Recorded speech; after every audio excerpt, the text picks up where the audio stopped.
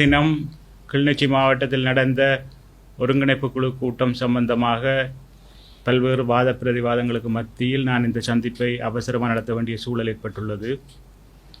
ஏனென்றால் எம்மிடம் கதைப்பதற்கு நிறைய விடயங்கள் இருக்கலாம், நாம் கூறுவதற்கு நிறைய விடயங்கள் இருக்கலாம்.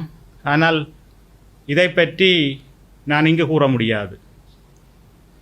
இங்கே இருக்கின்ற ஃபைல்களை பார்த்தீங்கன்னா தெரியும், கடந்த கால செயல்பாடுகள் அனைத்தையும் நாம் இந்த அபிவிருத்தி குழு கூட்டத்தில் கதைக்க முடியாது. அவற்றுக்கென்றொரு சில நெறிமுறைகள் இருக்கின்றன. நான் கடந்த அபிவிருத்தி குழு கூட்டத்தில் யாழ் மாவட்டத்தில் இந்த பனை அபிவிருத்தி சம்பந்தமான விடயங்களை முன்வைப்பதற்காக சென்றிருந்தேன்.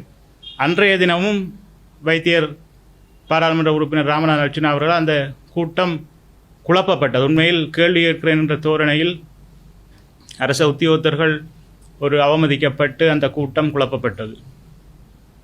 அதே போன்று நேற்றைய தினம் நடந்த கூட்டத்திலும் அவர் மிகவும் ஒரு மோசமான வார்த்தை பிரயோகங்களோடு என்னை வாயை மூடும்படி கூறியதோடு அந்த கூட்டத்தை குழப்பும் விதமாக நடந்து கொண்டார்.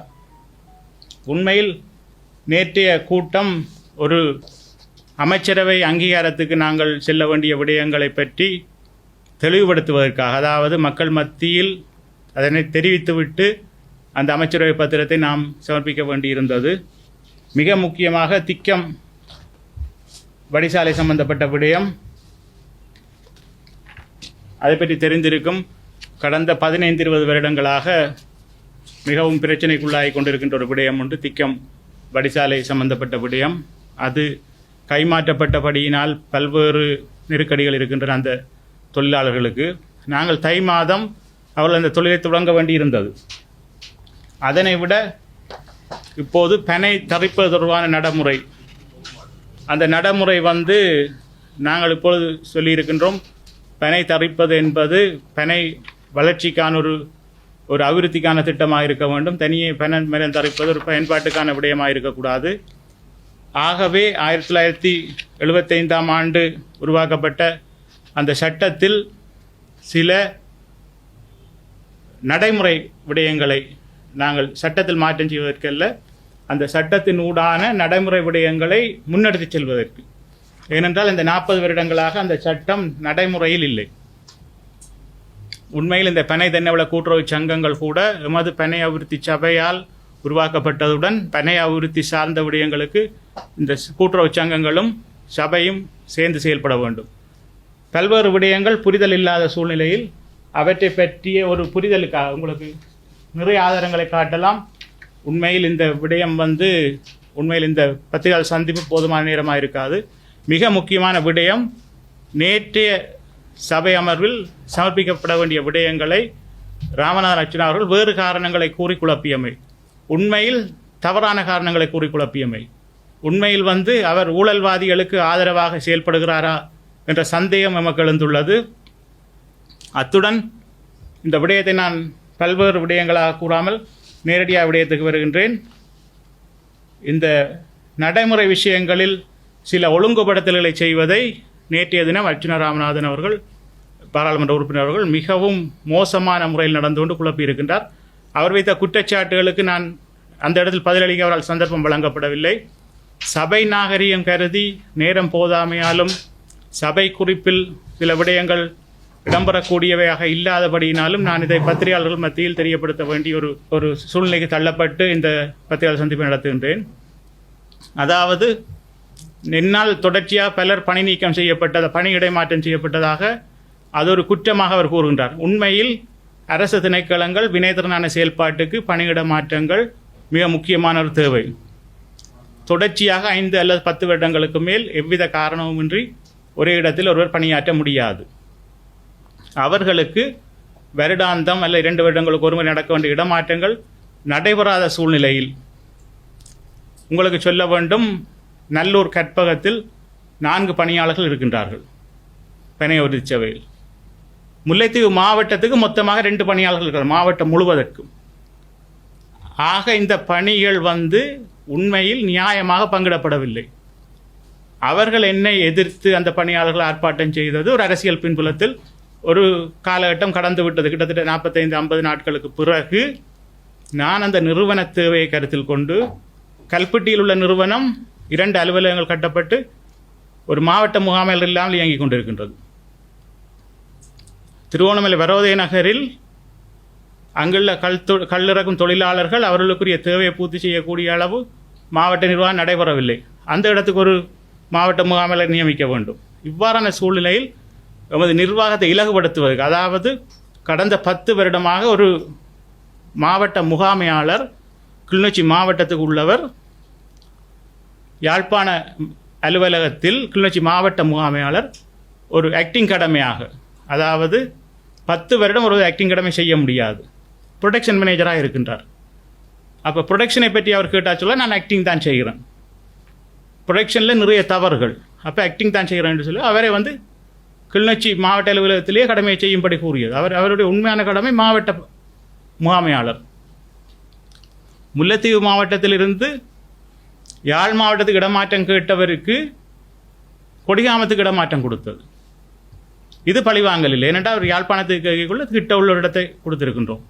இப்படி நிர்வாக செயல்பாடுகளுக்கு உண்மையில் தலையீடு செய்து அடுத்த வருடத்தில் நாங்கள் உண்மையாக ஆரம்பிக்க இருந்த திக்கம் வடிசாலையின் ஒரு நம்பிக்கையான விடயங்கள், அதாவது அந்த நிறுவனம் நமக்கு எதாவது செயல்பட்டிருக்கின்றது, இலங்கையின் 95% ஆல்கஹோலை பிரதிநிதிப்படுத்துகிற விற்பனை சந்தையை கொண்டுள்ள நிறுவனம் திக்கம் வடிசாலை ஒப்பந்தத்தை வைத்திருக்கின்றது.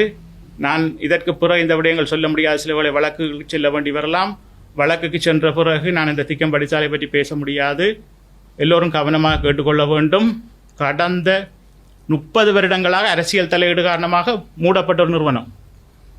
அவற்றை மீள ஆரம்பிக்கும் போது அந்த நிறுவனத்திலிருந்து எனக்கு அச்சுறுத்தல்கள், அந்த நிறுவனம் சார்ந்தவர்களிருந்து அச்சுறுத்தல்கள், பல்வேறு டீல், அதாவது என்னை உடன்பட்டு போக சொல்லும்படி, அந்த ஒப்பந்தத்தை தொடர்ந்து நடைமுறைப்படுத்தும்படி பல்வேறு அரசியல் அழுத்தங்கள். இவற்றுக்கு மத்தியில் நான் அந்த நிறுவனத்தை அந்த பணியாளர்களுக்கு கொடுத்து எதிர்வரும் தைப்பூசத்தோடு அவர்களை தொழிலில் இறங்கி செயல்படும்படி ஒரு உத்தரவாதத்தை கொடுத்து அதற்கு நான் அமைச்சர் மட்டத்தில் 7 கூட்டங்களை நடத்தி இருக்கின்றேன் இந்த 2 மாதத்துக்குள். இவ்வாறான ஒரு விடயத்தை ஒரு அற்பமான ஒரு பணியிட மாற்றத்தை காரணம் காட்டி தடுத்து நிறுத்தியமை ராமநாதன் அர்ச்சுனா செய்த இந்த பனை தொழிலாளர்களுக்கு செய்த ஒரு துரோகம் என்று நான் சொல்லுவேன். அடுத்ததாக அவர் சொன்னார், பகிரங்கமாக சொன்னார், நான் என்னுடைய தங்கச்சியை கணக்காளராக வைத்திருக்கிறேன். இது ஒரு மிகவும் பொய்யான பாரதூரமான குற்றச்சாட்டு. என்னுடைய உறவினர்கள் எவருமே பனை அபிவிருத்தி சபையில் இல்லை. அப்போ இப்படியான விஷயத்தை சொல்லிவிட்டு என்னை வாயை மூடு என்று சொல்கிறார். ஒரு நிறுவனத்தின் தலைவர் அந்த சபை நாகரிகம் இல்லாமல் கதைக்கின்றார் அவர். அப்போ இப்படியான விடயங்கள் எமது எதிர்கால இலக்கு நாங்கள் சொல்லியிருந்தோம். $2 லட்சம் எக்ஸ்போர்ட் நடந்திருந்தது எமது தரவுகளின் அடிப்படையில் கடந்த வருடம். அடுத்த 2025 ஒரு இலக்கு வைத்திருக்கின்றோம்.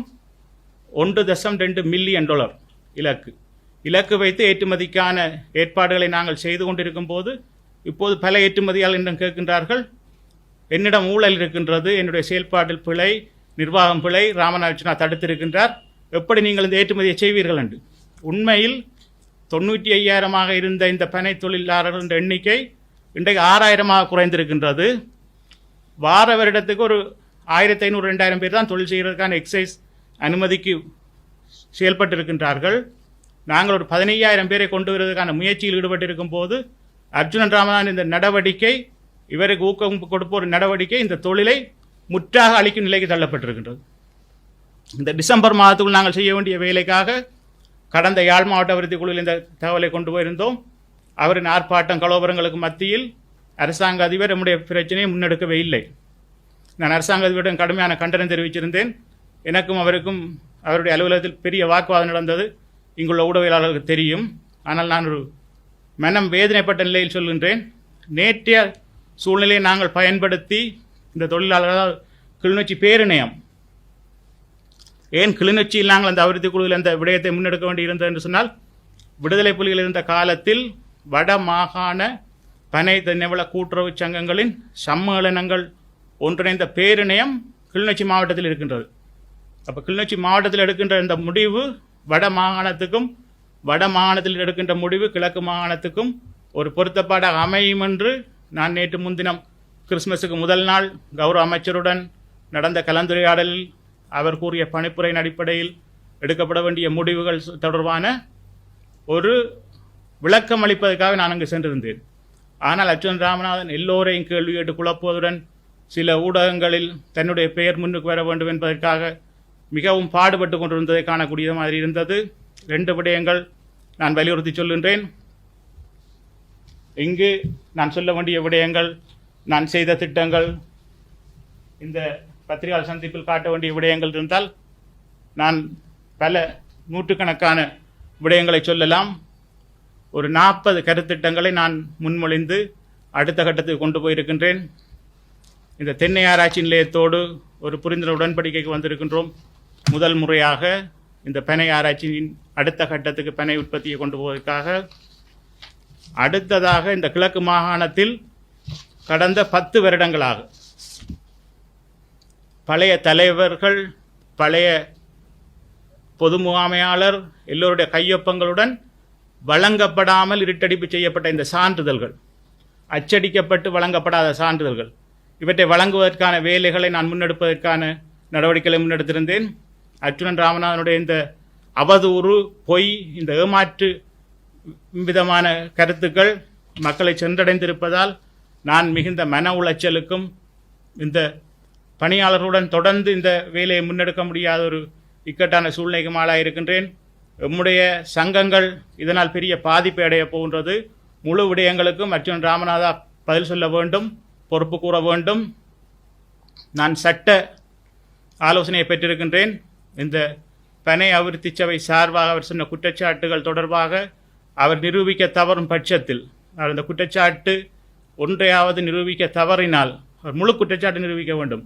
என்னுடைய தங்கை அங்கு வேலை செய்கிறார் என்று பொய்யான குற்றச்சாட்டை சொன்னதை நிரூபிக்க தவறும் பட்சத்தில் அவர் மன்னிப்பு கேட்க வேண்டும். ஆனாலும் அவர் மீது சட்ட நடவடிக்கை எடுக்க தயாராக இருக்கின்றோம்.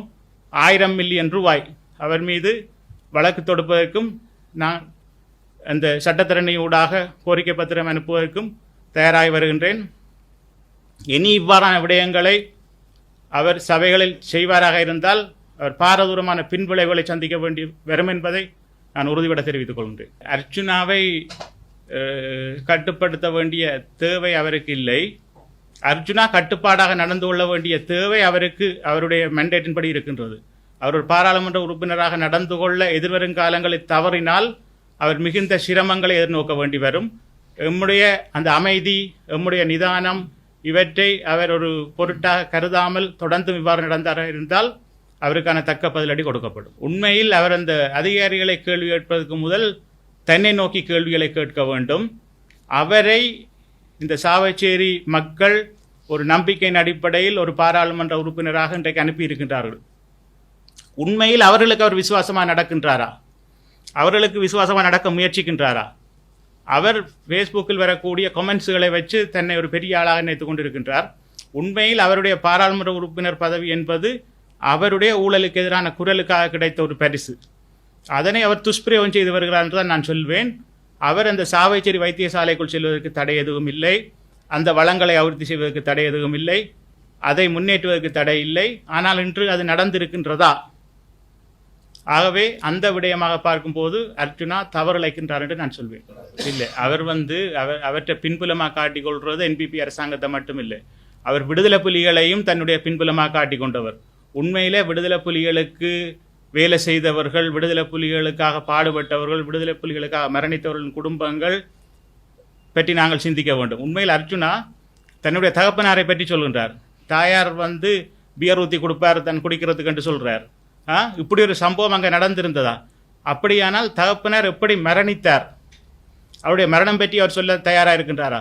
சிங்கள ஊடகத்துக்கு ஒரு கதையும் தமிழ் ஊடகத்துக்கு ஒரு கதையும் சொல்கின்றார். உண்மையில் அர்ச்சுனா ஒரு குழப்பத்தை ஏற்படுத்துகின்றார். உண்மையில் அவர் குழப்பத்தின் பிரதிநிதியாக இருக்கிறாரே தவிர மக்களின் பிரதிநிதியாக இல்லை.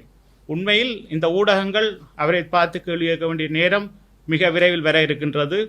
அர்ச்சுனன் ராமநாதா இன்றைக்கு என்பிபிக்கு பின்னால் ஒழிய முயற்சி செய்கின்றார். அவர் சஜித் பிரேமதாசாவுக்கு பின்னால் ஒழிய முயற்சி செய்தார், தோல்வியடைந்தார்.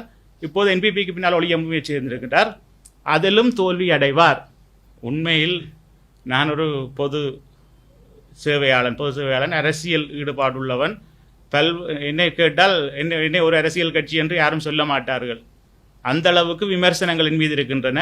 அந்த விமர்சனங்களை தாண்டி நான் கடந்த காலத்தில் இந்த ஆராய்ச்சி துறையில், அதாவது நான் விடுதலை புலிகள் இருந்த காலகட்டத்தில் நான் செய்த வேலைகளை சொல்வேன். உங்களுக்கு தனியான ஒரு பத்திரிகை சந்திப்பை நான் செய்ய வேண்டி இருக்கும், பொருத்தமாக இருக்காது இந்த இடம். அர்ச்சுனாமாதி கதைப்பது என்றால் இந்த இடத்தில் நான் அதை கதைக்கலாம். ஆனால் நீங்கள் என்னுடைய வரலாற்றை ஆராய்ந்து பார்க்க வேண்டும். நான் தனியே ஒரு கட்சிக்குரிய ஆளாக செயல்பட்டு இருக்கவில்லை. இந்த அபிவிருத்தி சார்ந்து செயல்பட்டு என்னுடைய ஆழமான இந்த அறிவை பார்த்து அவர்கள் இந்த பதவியை தந்தார்கள். நான் கோரிக்கை விடவும் இல்லை. அர்ஜுனா கூறுவது போல் நான் எந்த ஜேவிபி சார்ந்த தொழிற்சங்கத்திலும் இல்லை.